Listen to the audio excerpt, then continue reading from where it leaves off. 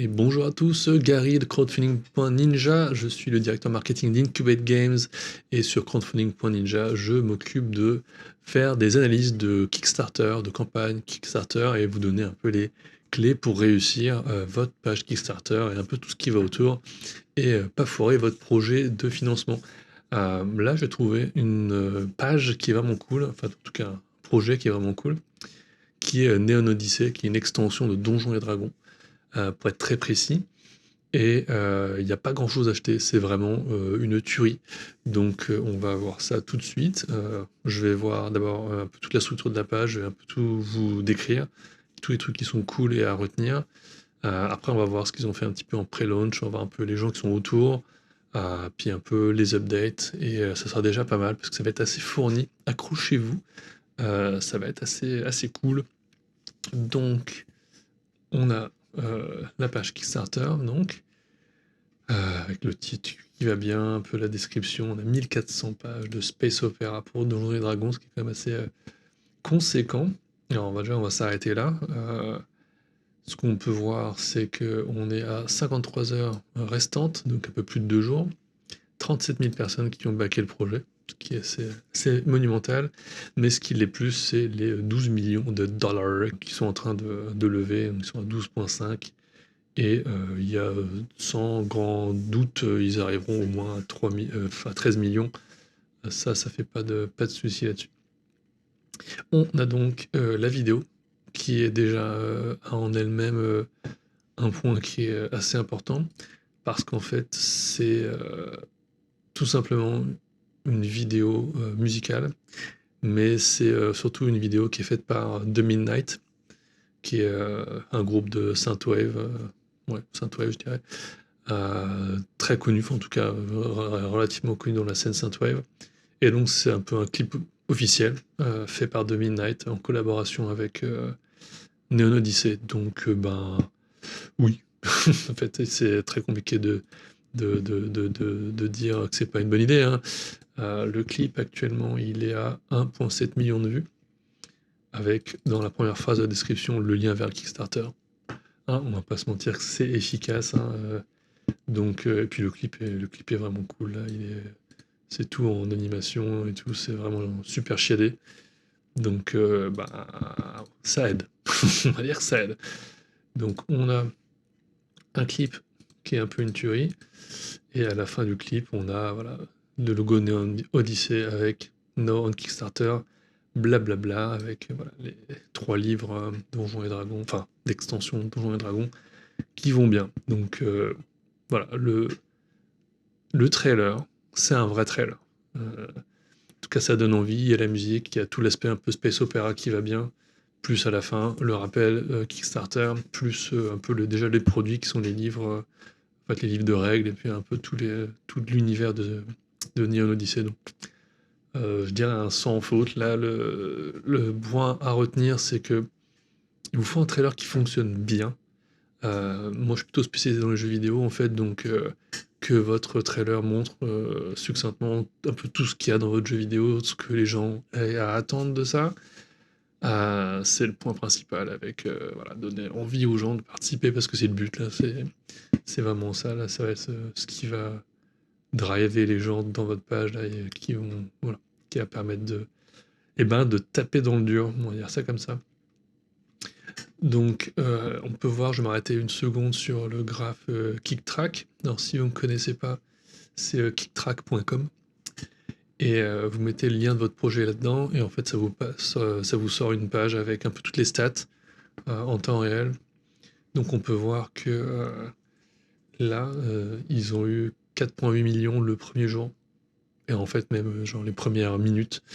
Et après, on voit que du coup, ça chute un peu.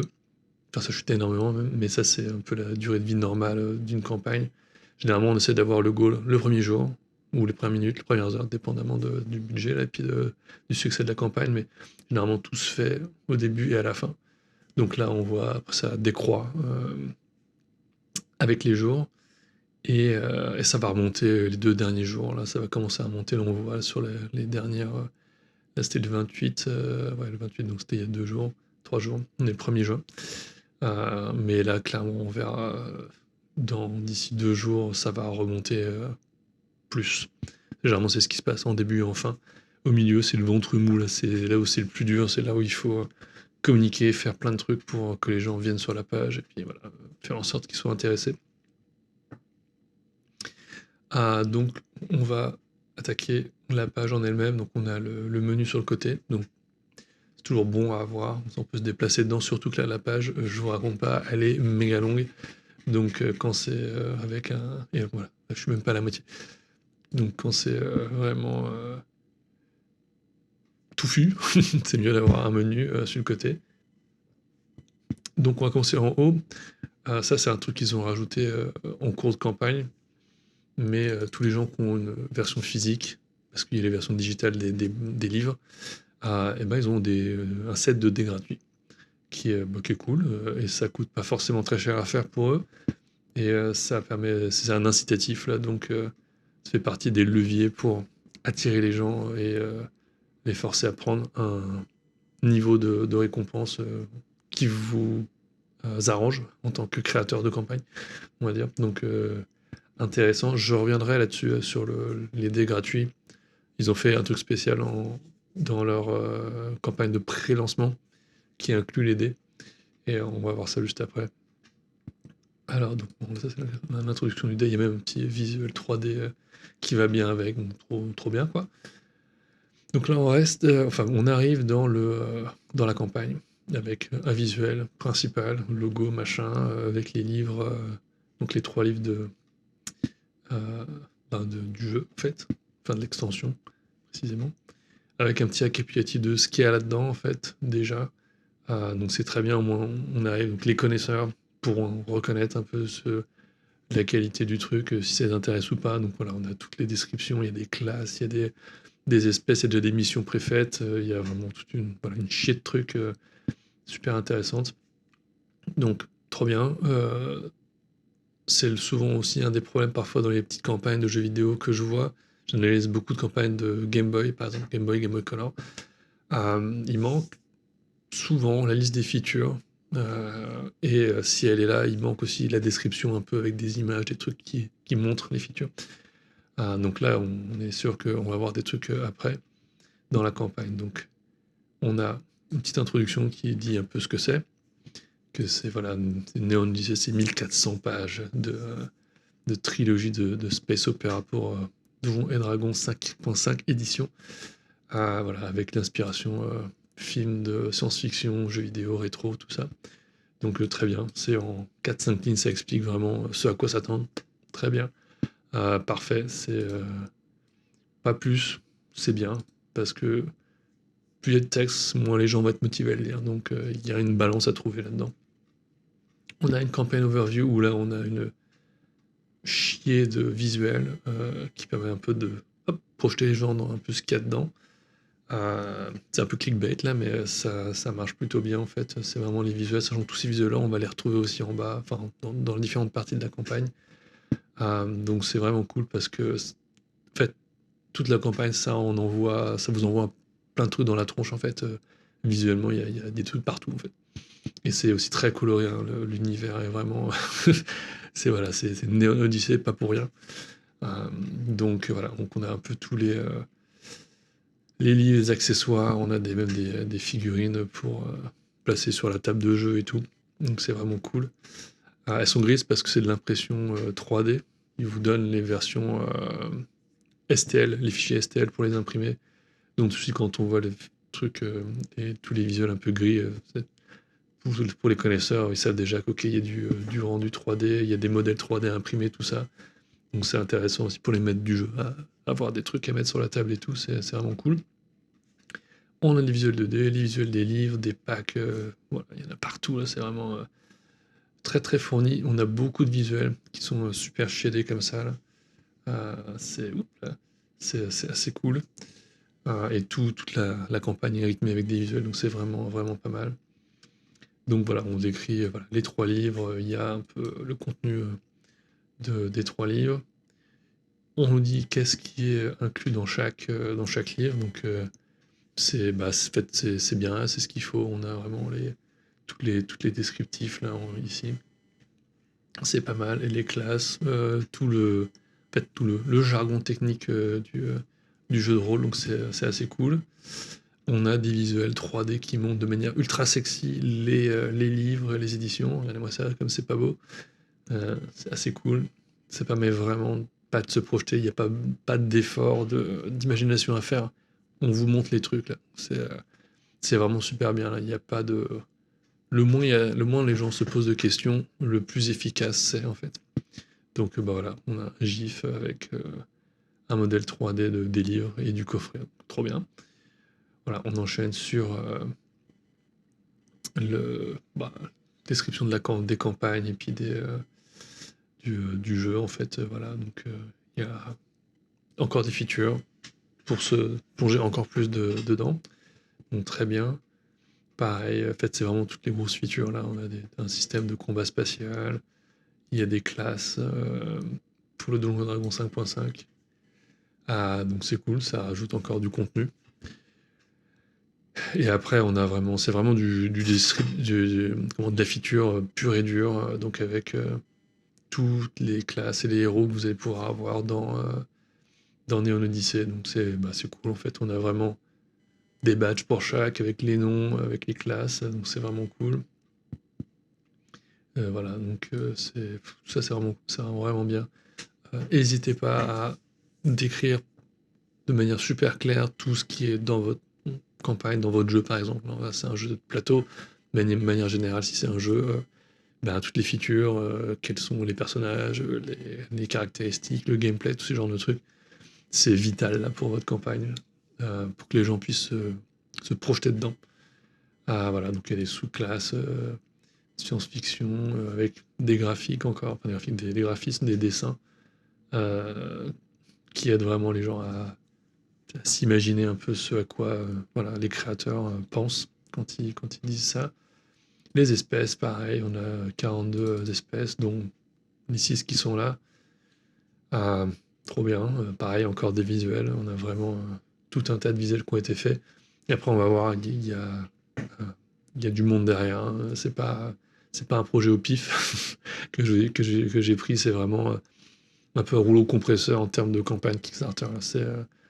On est dans un niveau qui est très rare, en fait, où il y a vraiment du temps investi et de l'argent aussi. On va pas se mentir, il y a beaucoup d'argent qui a été investi dans cette campagne. Donc voilà, il y a des monstres, des aliens et tout. C'est un space opéra, hein, donc c'est l'évidence, on va dire. Après, voilà, il y a même de la course, des courses spatiales et des trucs dedans. C'est vraiment un mix de tout, hein. C'est des pod racers avec Star Wars, et puis du Cowboy Bebop. Voilà, c'est vraiment un mix de plein de trucs. Donc j'imagine les gens qui ont grandi dans les années 90, ça tire un peu sur la corde de plein de trucs là, de l'enfance. Donc, et je pense aussi c'est pour ça que ça fonctionne vraiment bien, quoi. Il y a tellement de trucs là. Vous aimez un peu les étoiles, Star Wars, il y a un peu de ça. Système, ce qui est néo-rétro, synthwave, il y a tout l'univers là, qui est là. Puis en fait, c'est vraiment une masterclass de nostalgie, en fait, on va pas se mentir. Les factions, voilà, c'est encore vraiment de la description. On remarque encore plein de dessins, de trucs. Voilà, customiser les layouts et tout. Enfin, c'est assez chiadé, c'est vraiment très chiadé. Il y a un deck de cartes cosmiques. J'imagine qu'il y a une utilité pour ça dedans, en fait. Donc, il y a tout un lore qui, j'imagine, qui est ultra touffu parce qu'il y a quand même 3 bouquins qui représentent 1400 pages. Ça représente quand même un truc très très très fouillé, là, fourni, donc c'est vraiment cool. On a les miniatures pour agrémenter les sessions de jeu, donc très bien. On a des pages de playtest pour que les gens puissent regarder un peu le contenu, pouvoir un peu tester. Donc pareil, c'est du contenu qui est accessible et qui est là pour comme une démo de jeu en fait. Enfin, c'est une démo de jeu en fait. Donc pareil, si vous avez un jeu vidéo, vous faites une campagne, si vous avez une démo, c'est quand même vraiment le mieux. pour que les gens puissent tester par eux-mêmes et se rendre compte que c'est vraiment trop cool. Donc on encourage, hein, c'est vraiment quelque chose à avoir. Et donc après on va arriver sur tout ce qui est les récompenses, les pledges, les rewards. Donc ça va être vraiment un gros truc. Et quelque chose de nouveau que je me souviens plus quand est-ce que c'est arrivé, mais vous pouvez financer en 3 fois les récompenses en fait de Kickstarter. Donc ici il y a quand même des packs qui sont assez chers, donc c'est clairement bien vu de le mettre. Et ils mettent en fait le timing de quand vous allez payer. Donc c'est une fois par mois, grosso modo, en 3 fois.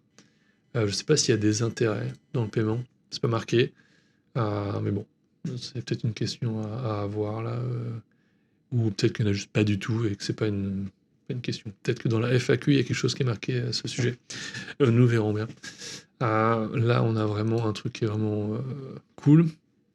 Le fait de dire qu'il n'y a pas de intelligence artificielle générative pour tout ce qui est visuel. C'est vraiment quelque chose qui est très controversé, surtout dans le jeu, où c'est vraiment... on aime vraiment bien les choses faites à la main par des vrais humains. Donc là, il y a vraiment 100% des trucs sont faits par des vrais humains. Donc ça compte pour beaucoup. Donc le fait de le mettre vraiment de manière, en gros, dans ta face, je pense que c'est important. Surtout, c'est important pour eux, là, mais je pense que c'est important pour plein de gens. Donc c'est bien de le mettre. Et puis là, on va arriver dans on va dire le premier tiers de la page, qui est toutes les récompenses. Il y en a plein. Ce qui est vraiment bien dans les récompenses, déjà c'est très graphique, on voit ce qu'on a. On voit le prix. Et on voit aussi, moi, chose que je trouve vraiment cool, comparé au prix de vente, on a la réduction, combien de réduction on a comparé au prix de vente. Donc c'est vraiment cool, super malin. On a le prix initial qui est de 80$. On a le prix de la reward qui est de 30$. On a la réduction de 50$. Et puis après, on a vraiment ce que compose la reward. Donc c'est vraiment cool. On a vraiment marqué en gros PDF. Ça parle à tout le monde. Et on a l'inclusion de tous les stretch goals. Je ne sais pas s'ils les mettent à jour avec les stretch goals qui se débloquent. En tout cas, si elles sont concernées. Mais en tout cas, on a tous les stretch goals qui sont concernés déjà aussi dans la reward. C'est vraiment cool parce qu'en fait, ça évite d'avoir à scroller dans la page, parce qu'en plus elle est longue là, pour trouver les infos. Si vous arrivez dans la campagne et qu'elle est déjà avancée, comme c'est le cas là, ça finit en 3 jours à peine, bah au moins vous savez, vous regardez la reward, vous savez, ok, il y a tout ça, plus les stretch goals, parce qu'on a tendance à les oublier quand ils sont atteints. Donc c'est vraiment cool, c'est super bien fait. C'est trop bien, donc on encourage. Les autres rewards, en fait, c'est toujours la même chose, hein, c'est même bloc, on a combien vous économisez en prenant directement avec le Kickstarter, et après un peu qu'est-ce qui compose les différentes récompenses. Donc c'est bien fait, c'est franchement bien fait, super intelligent, c'est visuel, alors c'est très fourni hein, parce qu'il y a vraiment beaucoup de trucs. Mais ils n'ont pas le choix parce qu'ils ont mis beaucoup de trucs. En fait, il a fallu trouver, je pense, un équilibre qui, je trouve, est quand même bien fait, qui est voilà, toujours catégorisé avec le titre de la reward en haut. On a, hop, on prend le crayon, on a le titre de la reward en haut, on a la réduction, le prix avant et après. Donc quand même, ça chiffre vite. Après, il faut se dire que c'est du jeu de rôle et que ben, vous y jouez à souvent 3, 4, 5, parfois 6, 7, il peut y avoir du monde. Du coup, au final, un prix, par exemple ici, 165$, bah, si vous êtes 4 ou 5 à jouer, au final, si vous divisez ça par 4 ou 5, bah, c'est plutôt cool, surtout que du jeu de rôle, là, vous pouvez y jouer toute votre vie, par exemple, avec des bouquins de règles, donc c'est plutôt un bon investissement, hein, parce que là, j'imagine que les gens, ils vont y jouer 1, 2, 3, 4, 5 ans, voire plus. Donc c'est pas voilà, vous achetez ça pas ça à la légère pour tester 2 minutes, généralement voilà, c'est que vous êtes convaincu et que vous allez faire des campagnes de zinzin, donc voilà, bref, on en revient à la structure, le titre, le prix, on a le visuel du truc physique, donc là les livres, c'est cool, plus après tout ce qui est numérique et les stretch goals qui sont là encore là, ça déroule hein, parce que plus ça va, plus il y en a, parce qu'il y a à la fois le digital et à la fois les stretch goals qui concernent les versions physiques, donc c'est très complet, on va dire. La digital de luxe qui est bon, voilà, tout digital avec tous les stretch goals, on va passer vite fait. Les livres de luxe, pareil, trop bien. On voit les visuels qui changent aussi parce que c'est vraiment une version de luxe. Euh, on a pareil la Core Box qui est la version plus avec une grosse boîte super belle. Il y a un screen pour le maître du jeu, plus voilà, une carte en tissu de la carte des étoiles, la carte de la galaxie. Il y a vraiment une chier de trucs, il y a des dés, il y a tout ce qu'on peut imaginer dedans. Et ils ont inventé aussi plein de trucs avec pour agrémenter le jeu, donc c'est vraiment bien. Ils ont vraiment bossé à fond là, mais bon, ils savent ce qu'ils font aussi, hein. Ils viennent pas de nulle part. Ils ont déjà fait un autre Kickstarter avant, qui était The Crooked Moon, qui est pareil, une extension pour Donjons et Dragons. Ils ont récolté 4 millions aussi, donc ça fait aussi des fonds pour d'autres campagnes après, hein. Mais voilà, ils sont habitués, ils savent ce qu'ils font. Ils ont aussi une chaîne YouTube, Aventrix, Legend of Aventrix. Ils ont une chaîne YouTube, ils ont 2 millions d'abonnés, je crois, un truc dans le genre. Et on peut voir avec la campagne, avec le clip, ouais, ils ont 2,7 millions d'abonnés. Et Dominate a quasiment 500 000 abonnés. Donc voilà, 2,7 millions, et c'est vraiment que du jeu de rôle. Ils filment leurs parties et tout ça. Il y a des compilations et tout, c'est assez gros hein, ce qu'ils font. Donc ils sont experts en la matière. Là, c'est leur fonds de commerce. Là, ils sont bons. Donc bon, on va passer sur le truc. C'est beau. Il y a tout dedans. Il y a des rendus 3D dans tous les sens.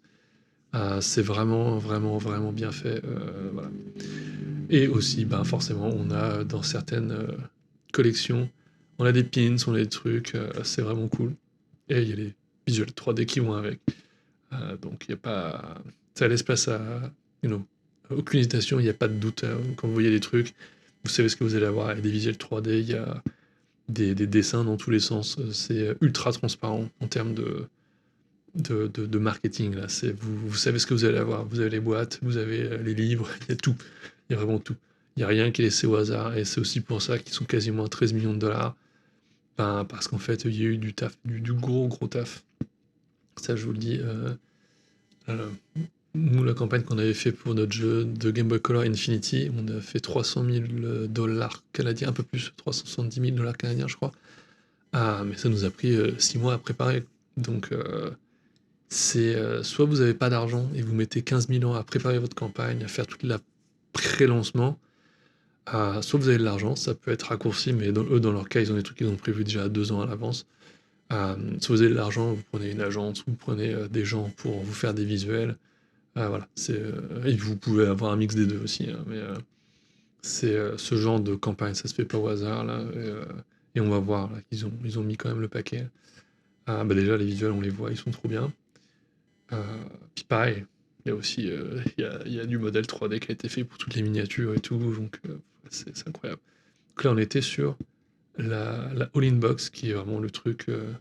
Ça doit être un gigantesque envoi, ça doit être bon, on va voir, il y a les prix, il y a tout, hein, ça va peser 15 kilos littéralement, mais voilà. Après, on a toujours le truc super clickbait, tu as une réduction de quasiment 2000 dollars sur le truc.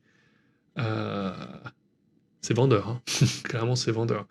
Ça fait quand même une reward à 900 balles, mais là, quand je vous dis, si vous êtes 6 ou 7 à jouer dessus, bah, au final ça fait un peu plus de 100 balles par personne pour avoir un truc ultra sexy. Donc bon bah c'est quand même pas mal, on va pas se mentir, la réduction est quand même très tentante je pense pour plein de gens. Puis on va voir, il y a quand même des gens qui l'ont pris là, hein. On va voir dans les rewards la quantité de gens qui ont pris quoi. Ça c'est intéressant à voir. Bon pareil, voilà des petits pièces, des coins qui sont super sexy pareil.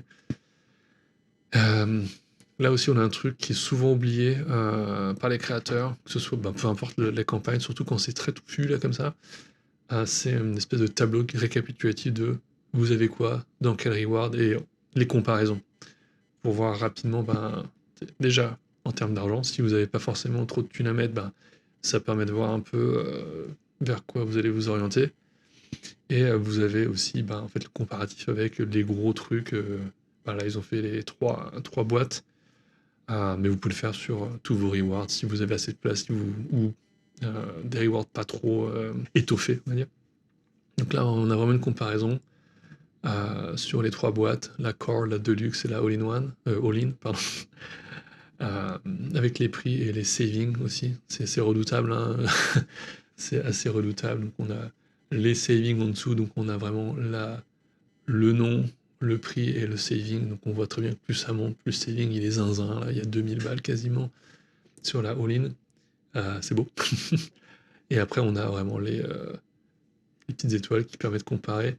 Ce qui est cool, c'est à chaque fois, on a vraiment un Kickstarter exclusif. Donc, si vous voulez un truc exclusif et que personne d'autre pourra avoir après avec les versions retail, comme on dit en français, je sais plus, avec les versions disponibles sur leur site, donc non Kickstarter. Voilà, on a à chaque fois là, on a un petit pin, on a tous les trucs qui vont bien, sachant que la all-in, vous avez tous les trucs inclus dedans, donc c'est cool quoi. C'est assez cool. Attends, ils savent ce qu'ils font, hein. Plus les stretch goals, ce qu'il y a dedans, donc pas mal aussi. Et voilà, des prix de gros aussi pour les magasins. Donc c'est cool. En fait, pensez-y si vous avez un projet où vous pouvez potentiellement avoir des magasins ou une chaîne de distribution qui soit intéressée. C'est toujours bon à prendre. En fait, parce que là, probablement que des gens qui ont déjà distribué de Cloak Moon, ils vont se dire ça a bien marché, donc là, clairement, je vais peut-être en acheter, je sais pas, 50 boîtes, ou peu importe. Donc c'est toujours de l'argent en plus, en dehors du Kickstarter. Donc c'est bon, toujours bon à savoir. Maintenant, on va aller voir les stretch goals. Il y en a plein. Et en fait, on va voir. En fait, on peut voir avec KitTrack. Ils ont fait 4,8 millions le premier jour, enfin même la première heure, je crois. Ce qui fait que tous les stretch goals qu'ils avaient prévus, en fait, ils ont été explosés en moins de 2 là. Donc c'est toujours des stretch goals pour ajouter du contenu. Ce qui est assez intéressant parce que eux, je pense qu'ils avaient déjà un peu prévu ce contenu-là. Ils savaient que ça allait fonctionner quoi qu'il arrive, donc c'est de la préparation en amont pour le contenu de la campagne, mais ça leur coûte pas forcément beaucoup d'argent en plus. Là, ils ont un petit peu de visuel à faire, et puis après, rajouter probablement un petit descriptif et des stats dans leur livre de jeu, plus dans la fiche de personnage, une ligne en plus pour la sous-classe, mais c'est tout. Donc c'est assez intéressant de voir un peu qu'est-ce qu'ils ont mis en tant que stretch goal. Donc si vous avez un jeu vidéo, par exemple, vous pouvez rajouter, je sais pas, des personnages en plus, ou des armes en plus, ou des trucs. Pensez à des choses qui vous coûtent pas forcément trop d'argent ni de temps, mais des choses faciles à faire qui donnent du contenu en plus, qui donnent de la valeur à vos backers, parce que c'est toujours ça qu'on recherche. Quand je suis un backer, j'arrive sur la page, et que je vois qu'il y a déjà, je sais pas, disons 200 000 balles qui a été mis, et qu'il y a un stretch goal qui est pas loin, ça donne envie. On dit tiens, ça serait cool qu'il y ait ça en plus. Donc si j'ai pas participé au Kickstarter, je vais peut-être me dire je vais participer, je vais avoir mon truc, et peut-être que je vais avoir d'autres trucs en plus. Donc ça peut un effet de masse, donc c'est vraiment intéressant. Donc là, grosso modo, c'est des sous-classes, des espèces. On va prendre une en exemple. C'est toujours bien catégorisé, bien fait en fait.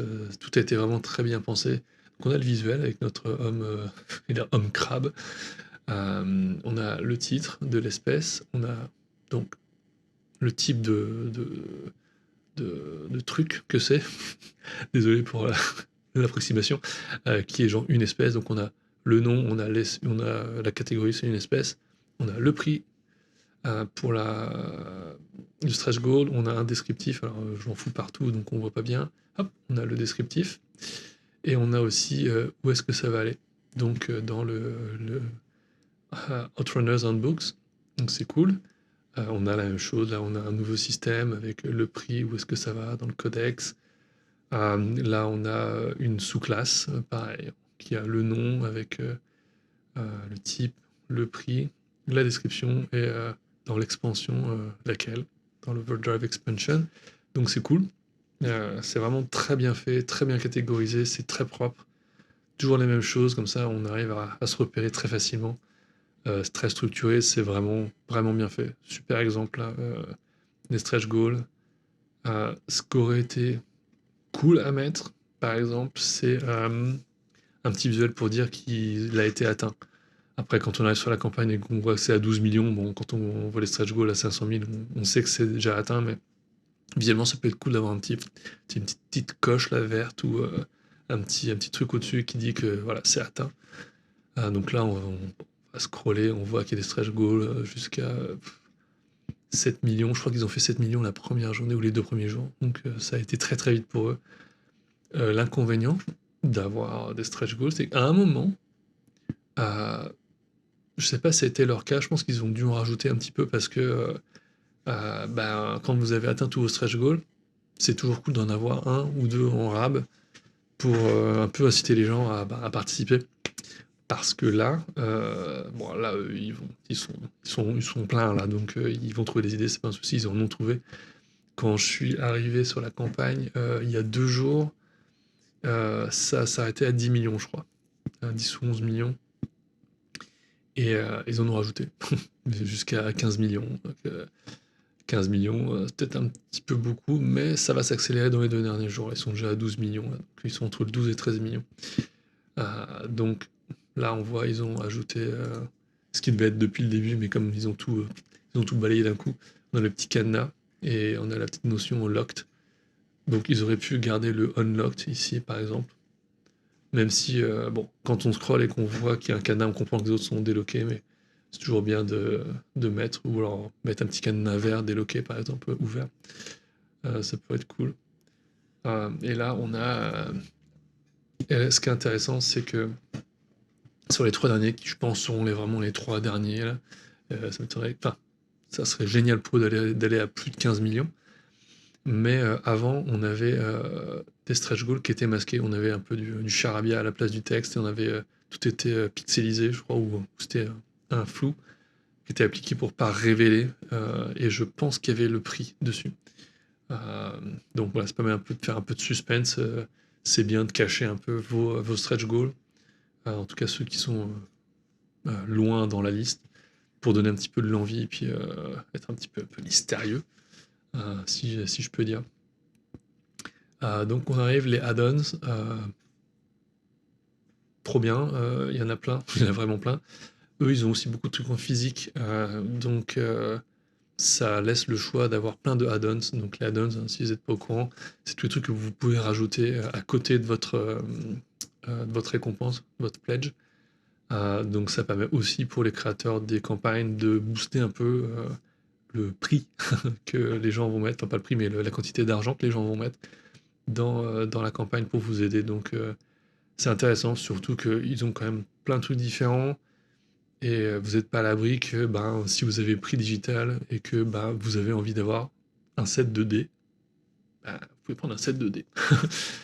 Et ça fait toujours un peu plus d'argent dans votre campagne, sachant que voilà, ils font de la marge sur tous les trucs pour financer le projet. Donc quoi que les gens prennent, eux ils font une marge dessus, ils font de l'argent. Et c'est pas parce qu'ils vous vendent un truc 65$ que ce que ça leur coûte en production 65$. Ça serait vraiment très con de faire ça. Donc ils ont une marge, probablement qu'un livre coûte dans les 5$, 10$ max.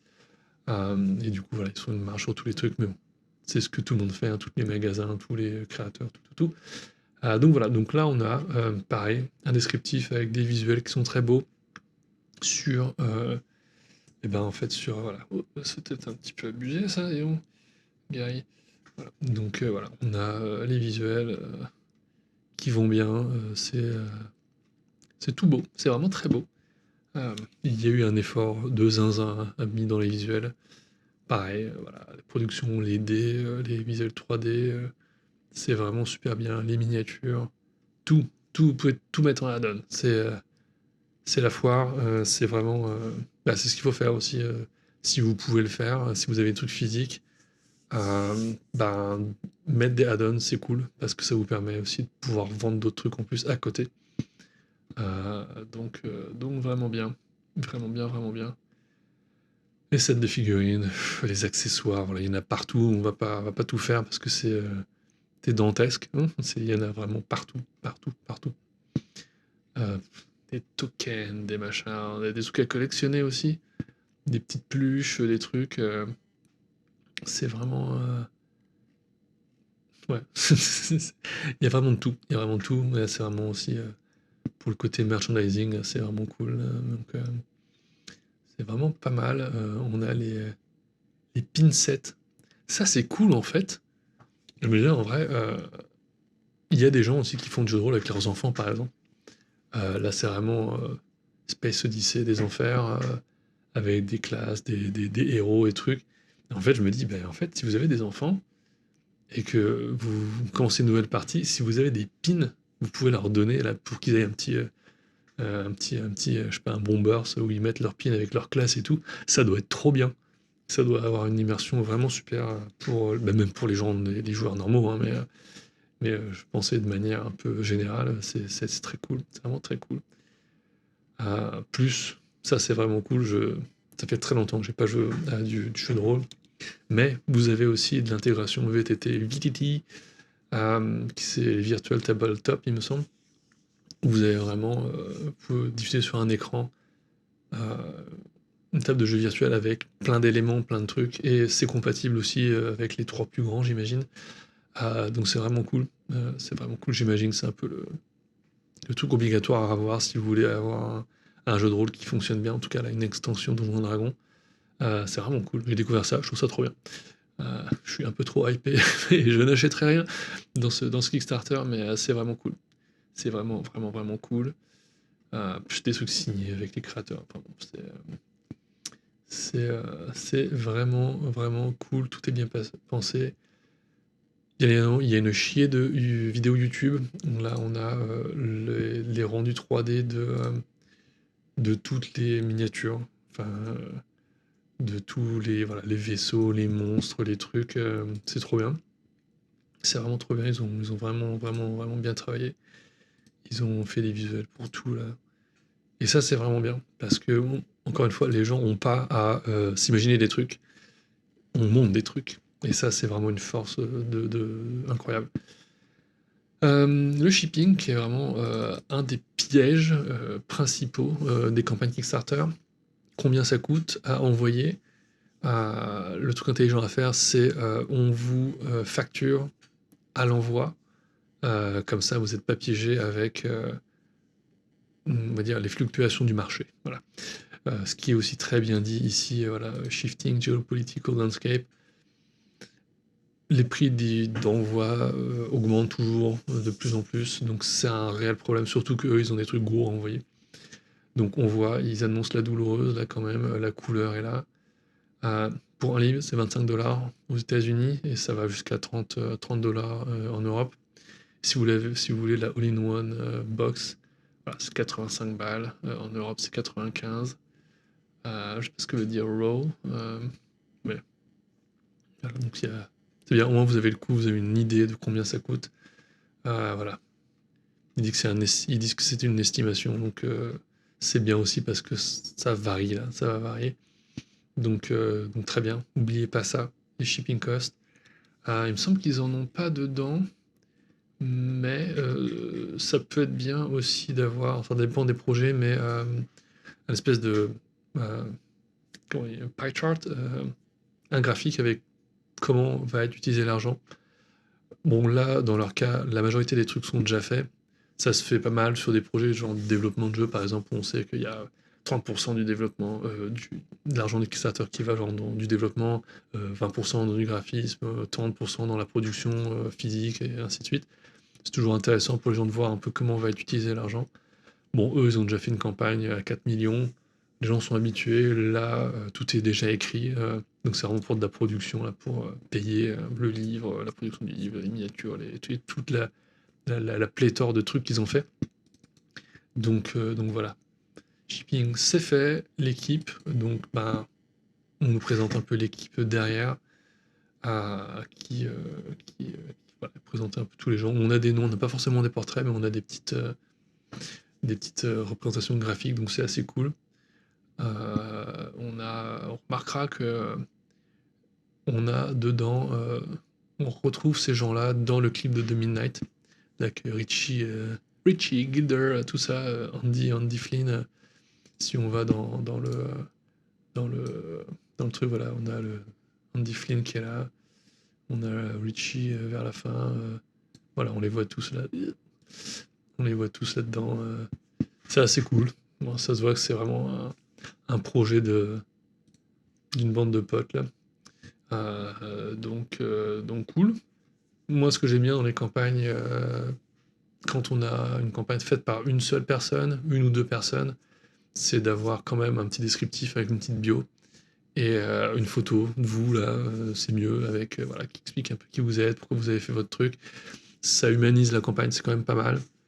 Ça permet aussi aux gens de se projeter dans votre vie là, si vous êtes développeur de jeux vidéo, que vous travaillez à côté, vous faites ça le soir, il y a aussi des gens qui font des jeux vidéo le soir chez eux, donc ça peut voilà, projeter les gens un peu dans ce que vous faites, ils peuvent se reconnaître là-dedans, donc c'est cool.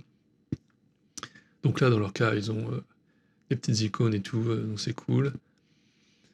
L'équipe Neon Odyssey, donc c'est toujours bien de créditer les gens là, parce qu'ils ont travaillé pour. White Blue Studios, qui ont fait, je pense, une très grosse partie des visuels, des dessins. Il y a aussi des animations, des trucs, les rendus 3D. Enfin, il y a vraiment beaucoup, beaucoup de travail. Comme on peut voir là, il y a beaucoup de gens. Je sais pas combien de temps ça a mis. Le clip, dans une des updates, disent que ça fait 2 ans qu'ils travaillent dessus.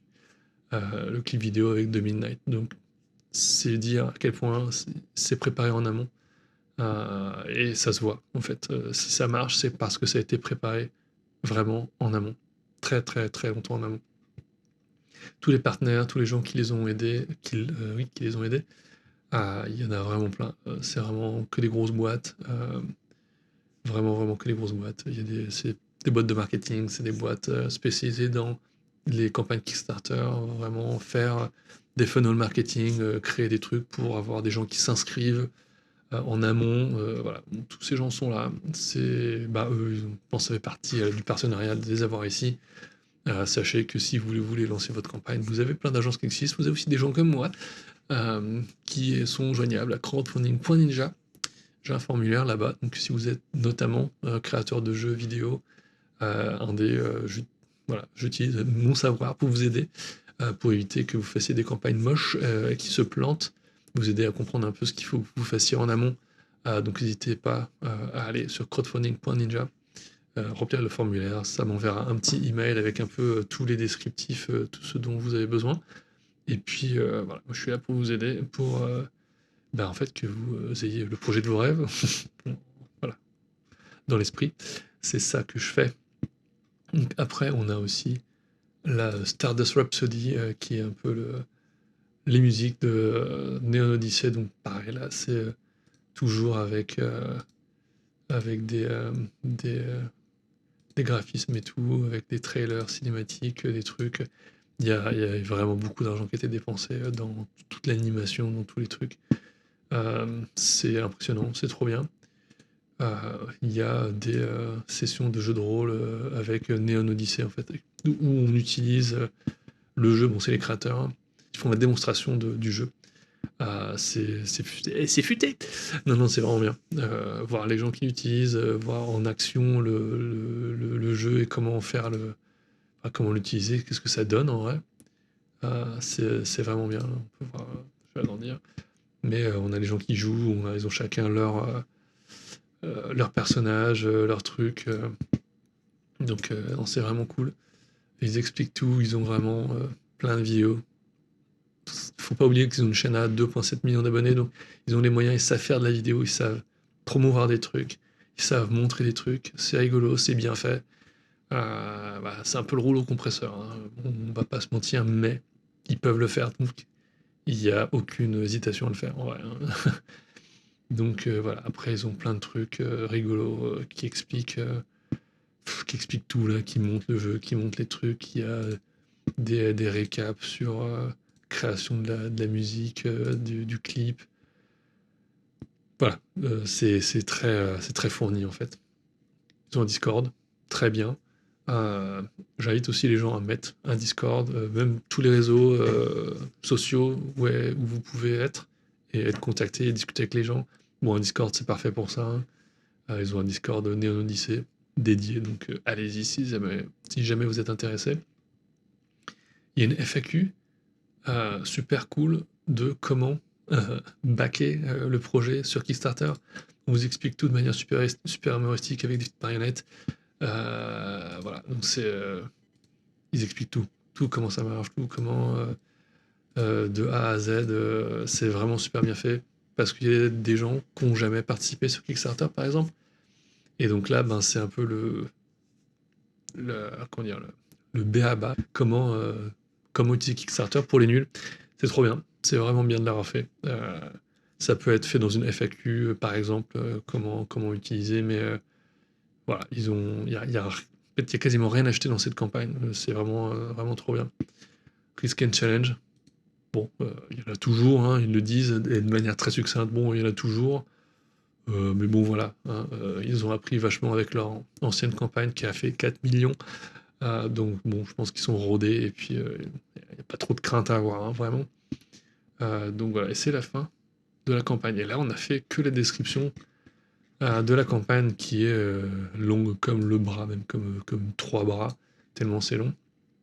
On va aller succinctement sur le reste. Donc on va sur les rewards.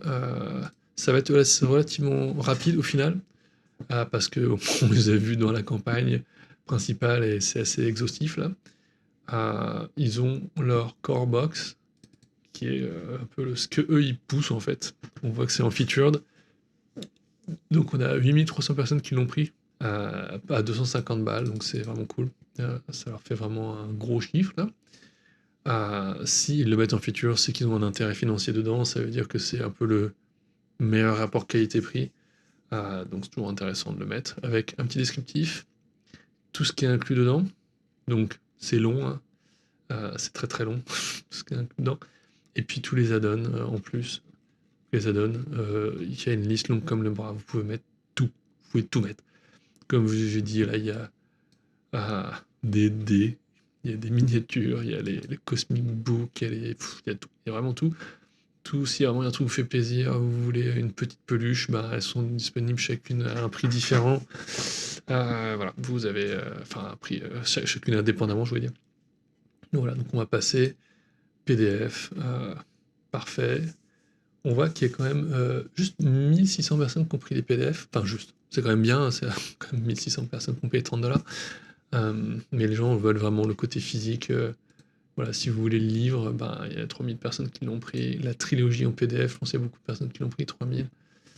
La trilogie des livres, voilà, 7600. Donc c'est quand même gros du corps du groupe. Donc 7600 à 165$.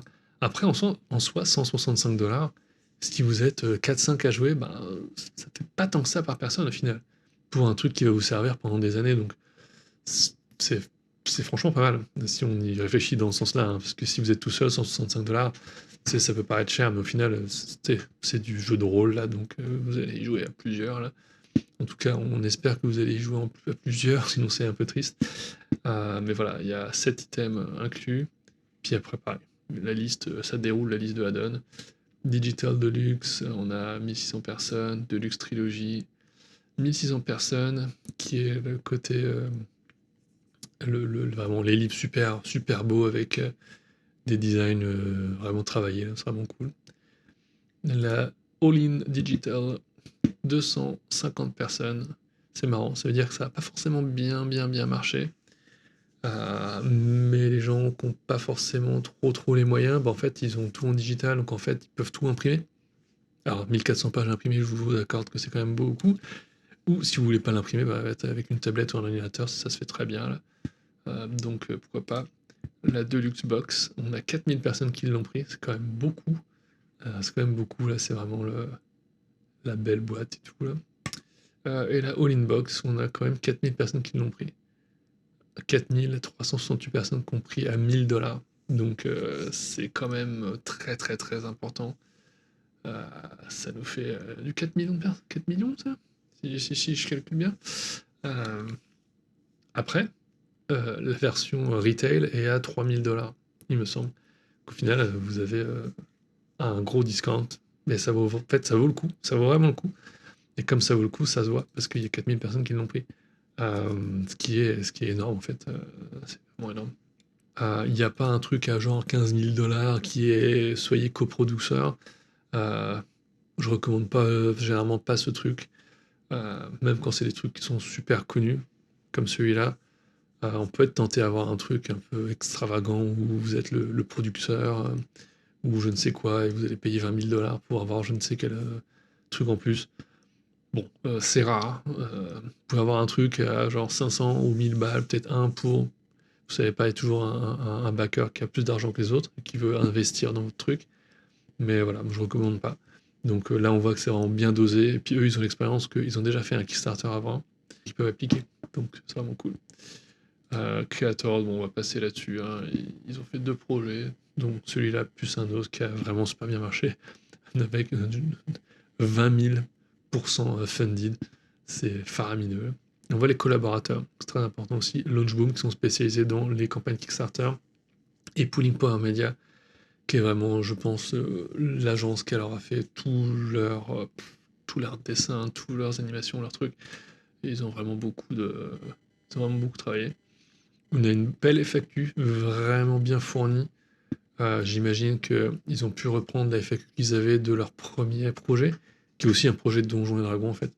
En fait là, c'est vraiment trop bien parce que ça répond à toutes les questions que les gens peuvent avoir, des questions simples comme des jeux compliqués dédiés au truc, dédiés à leur projet. Si vous avez une campagne et que vous avez des gens en commentaire qui vous posent toujours les mêmes questions, répondez-y en FAQ. Ça veut dire que c'est un truc qui a mal été expliqué ou qu'il y a un doute quelque part, un truc qui est mal passé, une information qui est mal comprise. Voilà, c'est toujours bien d'avoir ça. On passe la FAQ update. Là, on va s'accorder 5 minutes sur la première, qui est pas une update pendant la campagne, mais avant la campagne, le 8 avril, parce que ça a commencé en début mai, le 5 mai, je crois. Donc avant la campagne, ils ont fait un truc qui est vraiment bien, et c'est ce qu'il faut que tout le monde fasse. Quand vous avez une campagne Kickstarter, vous voulez qu'il y ait le maximum de gens qui participent à la campagne dès le premier jour, dès la première heure, dès la première minute, la première seconde. Vous voulez avoir une chier de personnes qui soient là, en train de rafraîchir leur page pour pouvoir participer au projet. C'est le scénario idéal. Donc pour ça, vous pouvez faire des trucs sur les réseaux sociaux, vous pouvez déjà créer des comptes vraiment longtemps en amont qui expliquent votre projet, qui montrent que vous êtes en train de travailler sur des trucs. Si c'est un jeu vidéo, par exemple, montrer le jeu en train d'être développé, par exemple, les idées, les concepts, un peu les croquis que vous avez fait, expliquer, avoir un devlog, tu vois, et faire en sorte que vous avez des gens qui vous suivent de plus en plus, et faire en sorte que ces gens savent qu'il va y avoir une campagne Kickstarter tel jour, telle heure, et relancer ces gens-là au fur et à mesure que la date se rapproche. Vous voulez que le plus de gens soient au courant au bon moment, c'est-à-dire juste avant et au lancement. Et aussi à la fin de la campagne, pour les retardataires, leur dire hey, c'est demain que ça se ferme, que ça se finit à midi par exemple, genre vous avez plus que 3 heures pour participer, c'est maintenant ou jamais, puis faire un gros truc, genre en mode voilà, vous avez l'opportunité de participer à ce truc et à faire en sorte que projet X machin bidule atteigne son but, je ne sais quoi. Donc là, ce qu'ils ont fait, parce que c'est mon point, c'est si vous allez sur le site, c'était neonodyssey.com ou Neon Retro, je sais plus, vous aviez droit à, c'était quoi? C'était neonrpg.com. Vous pouviez réserver pour 1 $, et être upgradé en VIP. Donc vous avez l'accès Discord, tout un tas de trucs de playtest, et ça vous permet aussi d'avoir un set de jeux offert si vous participez à la campagne. C'est super malin, parce qu'en fait, déjà, les gens, pour 1 $, ils ont accès au Discord, ils ont accès à des trucs pour tester déjà le jeu, et ils ont un set de dés gratuit. Donc c'est tous les backers qui incluent une reward physique. Donc généralement, les gens, comme vous avez pu le voir, il y a beaucoup de gens qui ont pris les versions physiques, ne serait-ce que juste un livre. Donc là, si vous prenez juste le livre, vous vous êtes assuré que vous avez un set de dés en plus pour 1$. 1$, c'est pas cher. Mais pour eux, l'équipe qui a fait le Kickstarter, et ben en fait, ils s'assurent d'avoir des gens qui sont déjà dans les starting blocks pour la campagne. Et là, en fait, si on scroll, il me semble, ils ont mis à jour, et ils ont eu 30 000 personnes en VIP. Donc, c'est beaucoup. Ça veut dire que, si je me trompe pas, ils ont eu Crushing VIP Goals, ouais. Il y a eu 30 000 personnes qui se sont inscrites en VIP. Donc, c'est-à-dire que même s'ils participent pas à la campagne, pour 1$, ils ont accès au Discord, ils ont accès au playtest, au machin. C'est vraiment cool. Et ils savent que, ben, en s'inscrivant, en payant ce dollar, je pense qu'ils ont donné leur adresse email. Donc, ben, ça fait une liste d'adresses email à pouvoir solliciter avant la campagne. Juste avant la campagne, merci d'avoir participé, d'être VIP, machin bidule, d'avoir payé $1 pour avoir des dés gratos. Mais la campagne commence demain, c'est trop bien, soyez prêts. Et ça vaut vraiment très cher parce qu'en fait, s'ils ont explosé le record, enfin pas un record, mais ils ont explosé leur truc dès la première heure. Dès la première heure, ils ont fait 2,2 millions de dollars. C'est extraordinairement bien. Voilà. Donc, ouais, ils disent, voilà, ils font un petit récap. Le Crooked Moon, ça fait 1 million en 6,5 heures. Là, ils ont fait 2,2 millions en 1 heure. Voilà. Mais parce que en avant, ils ont fait vraiment plein de trucs. Ils en ont parlé sur leur chaîne YouTube à 2,7 millions d'abonnés. Il y a le clip de Midnight au lancement qui a fait il a fait 1,7 million de vues en 3 semaines, un truc dans le genre, mais je pense qu'au lancement, ça a dû quand même pas mal cartonner. Plus les 30 000 personnes qu'ils ont dû solliciter avec cette histoire de 1$ pour avoir des dés, plus des accès, machin. Voilà, c'est ça qu'il faut que vous fassiez, une espèce de rouleau compresseur de... bah en fait, c'est maintenant ou jamais, quoi. Donc, c'est impressionnant, c'est vraiment bien fait. On va aller vite fait sur d'autres updates. On est sur la fin de cette vidéo, courage, c'est bientôt terminé. Voilà, donc 7 millions de dollars fait en 2 jours. Voilà. Je pense qu'ils ont lancé le 5 mai. Le 7 mai, il y avait 7 millions, qui est déjà la moitié de ce qu'ils ont là en ce moment. Un peu moins de la moitié, mais quasiment. Un peu plus de la moitié, pardon. Donc, et voilà, ils ont explosé 21 stretch goals d'un coup, en fait. Donc, et voilà, c'est là qu'ils ont rajouté des stretch goals en plus parce qu'ils se sont rendus compte que ça va plus, ça va trop vite. Donc, ce qui est un beau problème. Tu vois. Et comme je vous disais, à partir d'un certain point, il y avait les stretch goals qui étaient masqués. Donc celui-là, clairement, il est masqué. Et voilà, ils avaient prévu jusqu'à 7,5 millions. Et forcément, quand vous êtes dans ce cas-là, vous voyez un petit peu au fur et à mesure qu'il va falloir d'autres stretch goals et il va falloir un peu inventer des trucs si jamais vous n'étiez pas prêt. Nous, à un certain point, on n'était plus prêt pour notre jeu Infinity. On a dû recréer des stretch goals au fur et à mesure. On en a créé un certain nombre en avance, mais on a été un peu pris par la surprise d'avoir une campagne qui marche aussi bien. Voilà, donc toute leur campagne, c'est pour présenter les nouveaux stretch goals, remercier les gens, ajouter du nouveau contenu, des vidéos YouTube. Voilà, il y a tout un tas de trucs. Là, ils poussent un autre Kickstarter. C'est ce qui se passe très souvent entre les campagnes. Il y a une espèce d'entraide si vous avez des campagnes qui vous ressemblent. C'est aussi c'est donnant-donnant souvent. Hein. Donc là, ils promeuvent Dungeon Crawler Carl. Et j'imagine que sur le Kickstarter de Dungeon Crawler Carl, vous avez, pareil, dans une update, allez voir nos copains de chez Neon Odyssey, ils ont un super Kickstarter qui est en train de tout exploser. Voilà, ça marche dans les deux sens. Nous, il me semble qu'on l'avait fait pour Green Boy Games, il me semble pour The Shapeshifter ou pour Good Boy Galaxy, ou peut-être même les deux. Pour notre jeu Infinity pour Game Boy Color, allez-y sur incubategames.com. Le jeu est disponible. Donc voilà. Puis la dernière update qui date de il y a 3 jours. Voilà. Qui nous dit que les gens vont aussi avoir un autre set de dés en plus. Voilà, parce qu'il y a dû y avoir un stretch goal à la con, et je sais pas, il y a Mordice. Voilà, je sais plus. Mais. Ah non, non, non, bah non. Encore plus malin. C'était si tu back avant le 3 juin, tu as un autre set de dés en plus.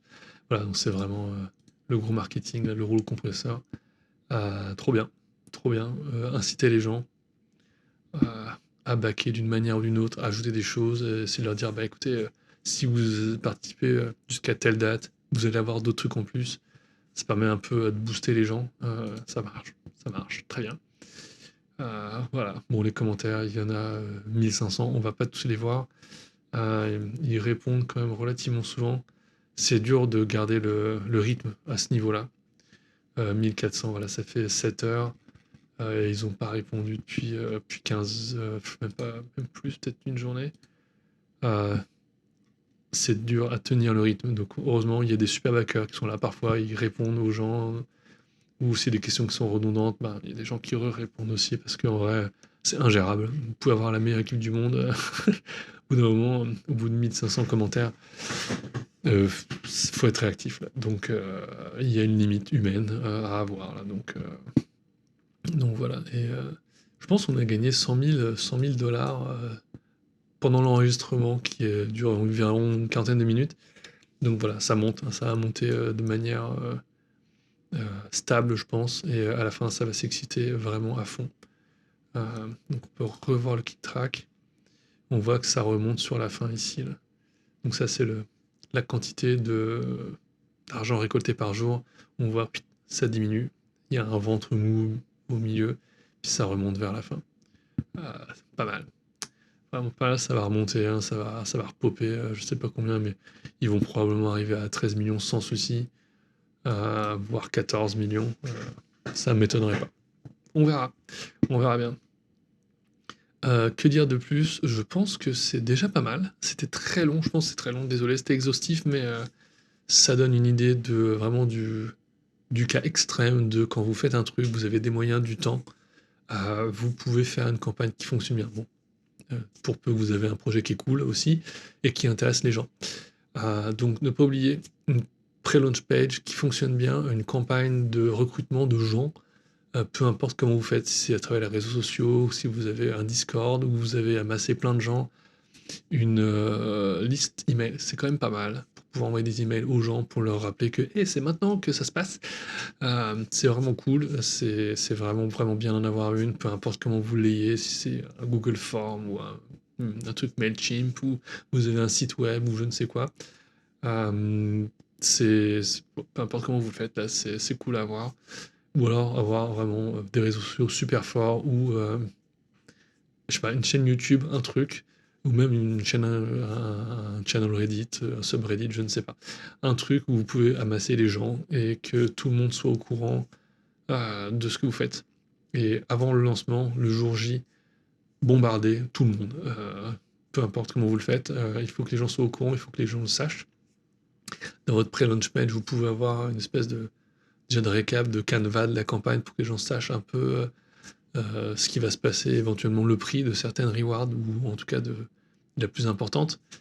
C'est cool. Puis après, votre campagne, il faut qu'elle soit claire, bien structurée, vos rewards soient clairs, le prix, la description, ce que les gens vont avoir, un petit visuel 3D si vous pouvez, si vous pouvez pas, un petit croquis, un dessin, quelque chose, quoi.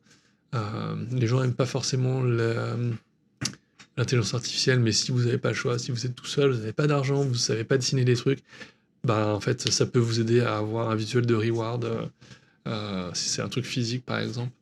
Bon, tout plein de choses peuvent se faire, hein.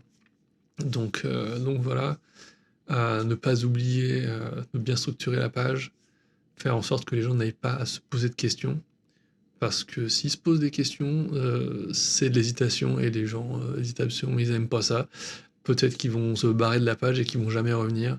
Donc ce que vous voulez, c'est qu'ils arrivent sur la page, ils commencent à scroller, ils voient un peu l'histoire, un peu ce que vous voulez proposer comme projet, les features, les trucs, puis plus ça scrolle, plus ça devrait être convaincus que c'est une bonne idée de donner de l'argent pour votre projet. Donc là, eux, dans leur cas, même moi, j'avais envie. C'était vraiment, c'est un peu un truc de zinzin. On est sur un projet, je monte par là parce que mon écran est par là, mais on est sur un projet un peu extrême, hein. On va s'entendre que c'est vraiment un projet qui est super bien fait, qui touche beaucoup de gens, qui a vraiment voilà, un imaginaire super élaboré. Donc ça participe aussi à ce que ça fasse des scores aussi monstrueux. Donc à votre petite échelle, si jamais vous avez un petit projet, c'est possible aussi. Prenez-vous-y bien à l'avance si vous n'avez pas beaucoup de budget, par exemple, pour faire un peu de pub ou juste ne serait-ce que booster un post Instagram, par exemple. Ça peut coûter quelques dizaines d'euros, de dollars, peu importe où vous êtes, ou une centaine si vous voulez faire plus longtemps. Mais si jamais vous n'avez pas un rond, prenez-vous-y à l'avance. Essayez d'avoir une page Instagram où il y a plein de gens qui vous suivent, ou une chaîne YouTube, ou un subreddit, peu importe. Il faut que vous ayez une masse de gens qui soient là, qui sachent ce qui les attendent et qui puissent vous suivre et que vous pouvez contacter quand il faut, c'est-à-dire avant la campagne, au lancement de la campagne, relancer vers le milieu, leur proposer d'autres trucs en plus, par exemple, et en fin de campagne pour leur dire, bah écoutez, demain c'est le dernier jour, et aussi le jour J, il reste plus que genre 2 heures, ou il reste plus qu'une heure. Il y a toujours des retardataires, des gens qui ont oublié, donc voilà, c'est toujours bien d'envoyer des trucs comme ça. Je pense que c'est une bonne conclusion. Si vous avez besoin d'aide, je suis là. Crowdfunding.ninja. J'aide les créateurs, principalement jeux vidéo, mais un peu tous les gens qui font des projets sur Kickstarter, pour que vous évitiez de faire une campagne un peu nulle et que vous soyez déçus de la campagne, que ça fasse un flop. Ça, on veut pas. Donc, n'hésitez pas à me contacter sur crowdfunding.ninja. J'ai un formulaire. Et puis voilà, on discute et puis je vous aide dans votre projet. Je fais une vidéo par semaine généralement c'est en anglais, là c'est en français, je vais la traduire en anglais. Mais voilà, une vidéo par semaine, j'analyse des campagnes Kickstarter, principalement de jeux rétro. Donc si vous avez besoin d'aide, eh ben, je suis là. Et sinon, à la semaine prochaine, à plus, pour de nouvelles aventures à crowdfunding.ninja. Bye.